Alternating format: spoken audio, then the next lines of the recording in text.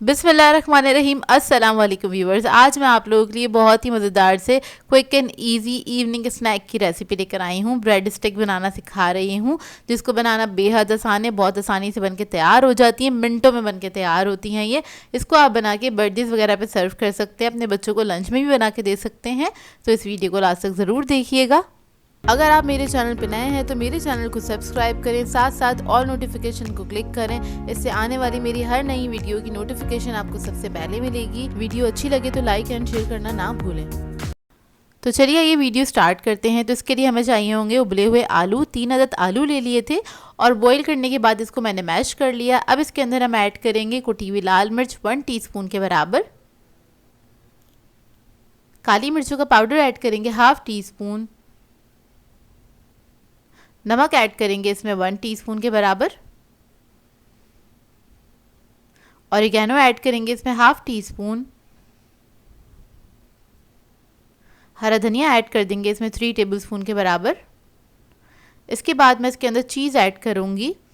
तो इधर मैं पिज़्ज़ा चीज़ ले रही हूँ आधा कप के बराबर। आप लोग अपनी मर्ज़ी के मुताबिक ऐड कर सकते हैं, चीज़ कम या ज़्यादा जैसे आपको पसंद हो। इसको मिक्स कर लेंगे अच्छी तरीके से। और स्पाइस लेवल भी आप लोग अपनी मर्ज़ी के मुताबिक रख सकते हैं, कम या ज़्यादा जैसे आप पसंद करते हैं खाना। तो बस इसको हमने अच्छी तरीके से मिक्स कर लेना है। ये देखिए मिक्स हो गया है। अब इसके बाद हमें चाहिए होगी ब्रेड।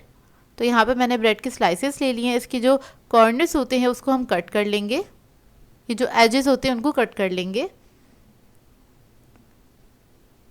ये देखिए इस तरह से।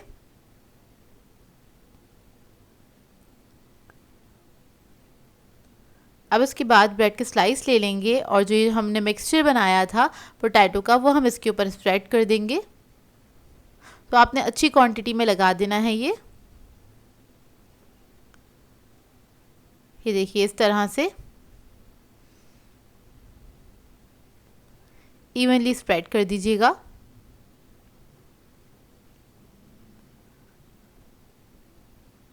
इसके बाद इसको दूसरे स्लाइस से कवर करेंगे, हल्का सा प्रेस कर देंगे ताकि स्टिक हो जाए।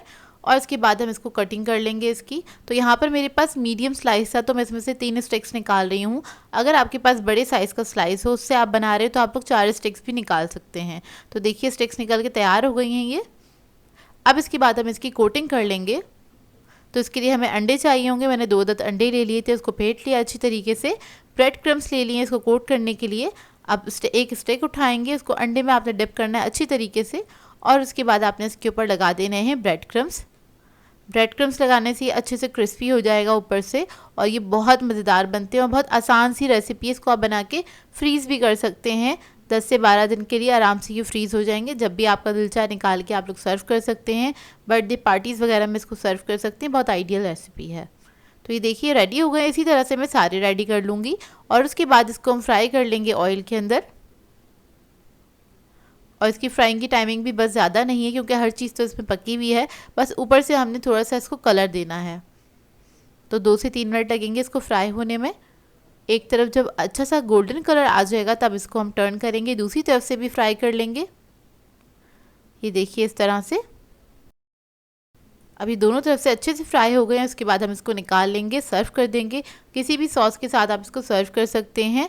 बच्चे बड़े इसको सभी खाना पसंद करेंगे। इसको आप हाई टी भी बना के सर्व कर सकते हैं, इवनिंग स्नैक के तौर पे सर्व कर सकते हैं। बहुत ही आसान सी रेसिपी है, ट्राई करें तो अपना फीडबैक ज़रूर दीजिएगा मुझे। सो व्यूअर्स, अगर आप लोगों को मेरी रेसिपीज़ अच्छी लगती हैं तो मेरे चैनल को सब्सक्राइब करें, लाइक करें, कमेंट ज़रूर किया करें, शेयर भी ज़रूर किया करें अपने फ्रेंड्स के साथ, फैमिली के साथ। तो मुझे अपनी दुआओं में याद रखिएगा। अल्लाह हाफिज़।